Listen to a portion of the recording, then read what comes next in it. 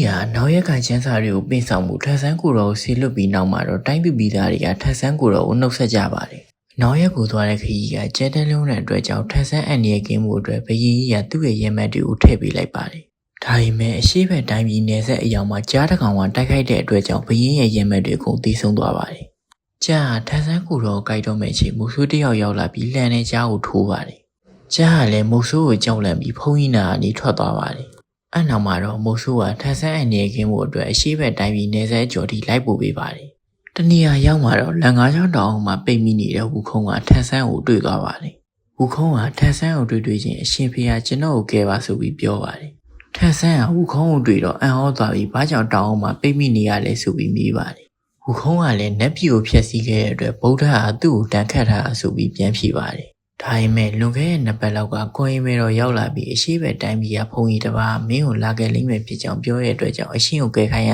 ဖြစ်ကြောင်းပြောပါတယ်။အဲစကားကိုကြားတော့ထန်းဆန်းကိုတော့ဝူခုံးကိုတန်းခဲ့ဖို့လုပ်ပါတယ်။ဒါပေမဲ့ထန်းဆန်းကတာမန်ဖုန်ကြီးမလို့တောင်းမဖယ်ရှားနိုင်ဘူးဆိုပြီးဝူခုံးကိုပြောပါတယ်။ဝူခုံးကလည်းထန်းဆန်းကိုတော့အဲ့အတွက်စိတ်မပူဘူးပြောပြီးတောင်းပေါ်မှာကတ်ထားတဲ့ခါရာကိုပဲဖယ်ခိုင်းပါတယ်။ထန်းဆန်းခါရာကိုဖယ်ပြီးရဲ့နောက်မှာတော့ဝူခုံးကသူ့ရဲ့စွမ်းရည်နဲ့တောင်းကိုဖျက်ဆီးပြီးထွက်လာပါတယ်။အနောက်မှာတော့ဝူခုံးကထန်းဆန်းကိုတော့ကျေးဇူးတင်ကြောင်းပြောပြီးခရီးတစ်လျှောက်လုံးအနေမဖြစ်အောင်သူကာကွယ်ပေးမယ်ဆိုပြီးအာမခံပါတယ်။မိုးဆိုးကလည်းထန်းဆန်းအနာမှာဝူခုံးရှိနေမလို့သူ့ရဲ့နေရက်စီကိုပဲစိတ်ချလက်ချနဲ့ပြန်လာခဲ့ပါတယ်။ဝူခုံးတို့ဆရာတပည့်နှစ်ယောက်ကလည်းအနောက်ရက်ကကျန်းစာလေးပြင်မှုခရီးကိုစတင်လိုက်ပါတယ်။အဲ့အချိန်ကြားပြန်ပေါ်လာပြီးထန်းဆန်းကိုအနေနဲ့ပေးဖို့လုပ်ပါတယ်။ဒါပေမဲ့ဒီတစ်ခါမှတော့ဝူခုံးကသူ့ရဲ့ရွှေထုတ်တံကိုထုတ်လိုက်ပြီးကြားကိုတမပါတော့တယ်။ကြားရဲ့နေကင်းသွားတဲ့ထန်းဆန်းကလည်းခရီးကိုပြန်ဆက်ပါတယ်။ဒါပေမဲ့ဒီတစ်ခါမှလည်းဓမြအဖွဲ့ကထန်းဆန်းတို့စီကနေဓမြလာတိုက်ပါတယ်။တပည့်ကျော်ဆုံးဝေခုံကလည်းသူ့ရဲ့စွမ်းအားတွေကိုသုံးပြီးဓမြတွေအားလုံးကိုရိုက်တက်လိုက်ပါတယ်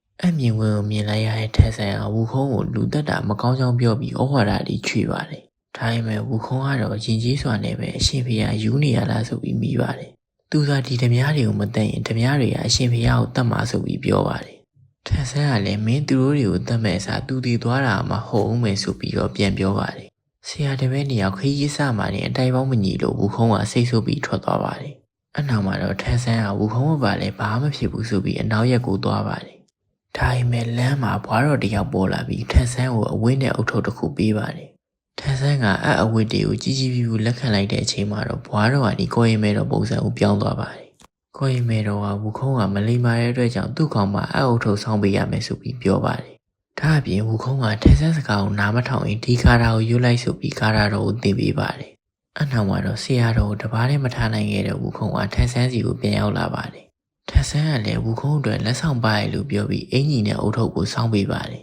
။ဝူခုံးအုတ်ထုပ်ဆောင်းလိုက်တဲ့အချိန်မှာတော့အုတ်ထုပ်ကနေရွှေရောင်ကွင်းပုံစံကိုပြောင်းသွားပါတယ်။ထန်းဆန်းကလည်းကိုရင်မဲတော်သင်ပေးတဲ့အတိုင်းကာရာတော်ကိုဆန့်ရွက်ကြည့်ပါတယ်။အဲ့အချိန်မှာပဲလက်ပြရဓာတ်ရီတောင်တိုးမပေါက်တဲ့ဝူခုံးရဲ့ကောင်ကစပြီးနာကျင်လာပါတယ်။နာကျင်မှုကိုမခံစားနိုင်တော့တဲ့ဝူခုံးကဆရာတော်ကိုကာရာရုခိုင်းတာအနီးရက်လိုက်ပြီးနောက်ဆိုဆရာတော်စကားကိုနားထောင်ရမယ်ဆိုပြီးပြောပါတယ်။အဲ့ဒါကြောင့်ဆရာတော်လည်းကာရာရွတ်တာအနီးရက်လိုက်ပြီးဆရာတပည့်နှစ်ယောက်ချစ်ချစ်ခင်ခင်ပြန်ဖြစ်သွားပါတယ်။ဒါပေမဲ့ပြဿနာမပြီးသေးပဲရေတွေကနေတကားတစ်ခေါင်ပေါ်လာပြီးဆရာတော်မြေကိုစားသွားပါတယ်။အဲ့ဒါကြောင့်ဝူခုံးကအနှကာကိုလိုက်တက်ခိုင်းရင်အပိုင်းကိုပြီးဆုံးသွားပါတယ်။နောက်ရက်ဒီမှာ Journey to the West အပိုင်း30ကိုဆက်တင်ပေးပါမလို့ကျွန်တော်ရဲ့ channel ကို subscribe လုပ်ထားပေးခဲ့ကြပါဦး